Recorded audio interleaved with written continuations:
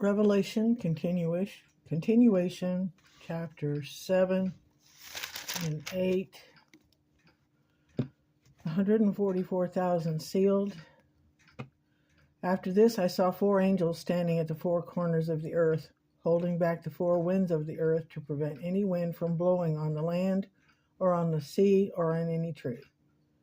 Then I saw another angel coming up from the east, having the seal of the living God, and he called out in a loud voice to the 4 angels who had been given power to harm the land and the sea.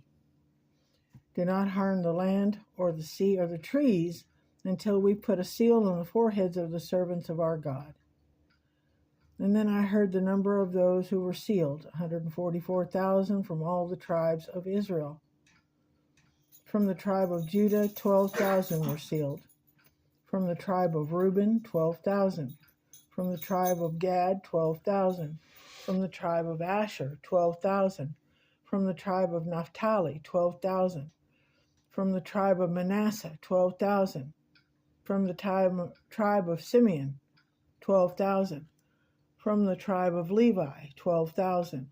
From the tribe of Issachar, 12,000.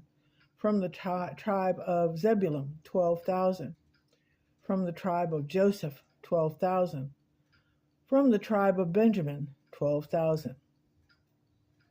The great multitude in white robes. After this I looked, and there before me was a great multitude that no one could count, from every nation, tribe, people, and language, standing before the throne and before the Lamb. And they were wearing white robes, and they were holding palm branches up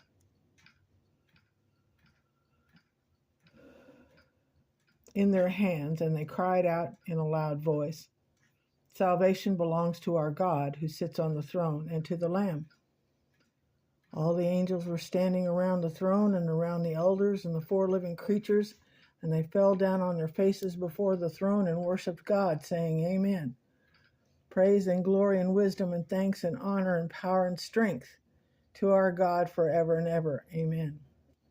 Then one of the elders asked me, "These in white robes, who are they? Where did they come from?" I answered, "Sir, you know." Then he said, These are they who have come out of the great tribulation. They have washed their robes and made them white in the blood of the Lamb. Therefore, they are before the throne of God and serve him day and night in his temple. And he who sits on the throne will shelter them with his presence. Never again will they hunger, never again will they thirst. The sun will not beat down on them, nor any scorching heat. For the Lamb at the center of the throne will be their shepherd, and he will lead them to springs of living water, and God will wipe away every tear from their eyes. The 7th seal and the golden censer. When he opened the 7th seal, there was silence in heaven for about half an hour. And I saw that 7 angels who stood before God, and 7 trumpets were given to them. Another angel who had a golden censer came and stood at the altar, and he was given much incense to offer, with the prayers of all God's people on the golden altar in front of the throne.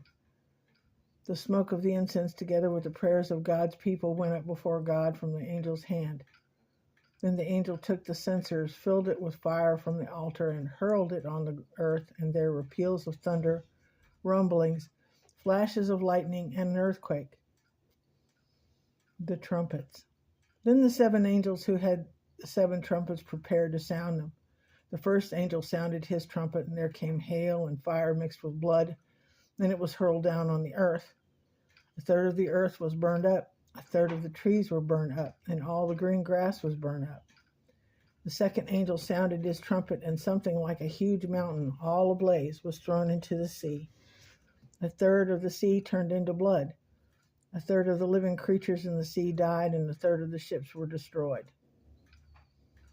The third angel sounded his trumpet, and a great star, blazing like a torch, fell from the sky on a third of the rivers and on the springs of water. The name of this star is Wormwood. A third of the waters turned bitter, and many people died from the waters that had become bitter.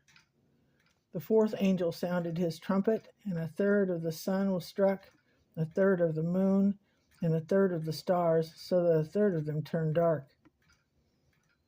A third of the day was without light, and also a third of the night. And as I watched, I heard an eagle that was flying in midair call out in a loud voice, "Woe, woe, woe to the inhabitants of the earth, because of the trumpet blasts that are about to be sounded by the other three angels."